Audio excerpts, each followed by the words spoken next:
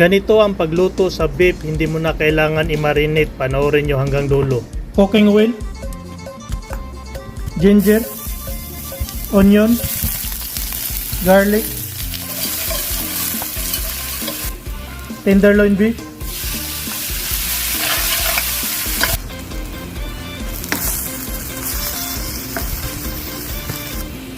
beef liver,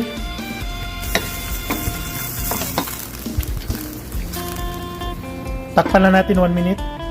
After 1 minute, black pepper, chili flakes, soy sauce, oyster sauce,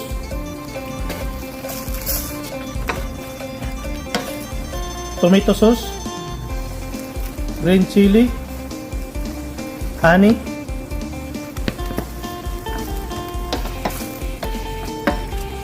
takpan natin, lutuin natin ng 5 minutes. After 5 minutes, add natin ang green onion. Hindi mo na kailangan matagal lutuin yung beef kasi yung beef natin malambot na ito mga idol. Ganito ang kagandahan sa tenderloin mga idol, madali lang lutuin.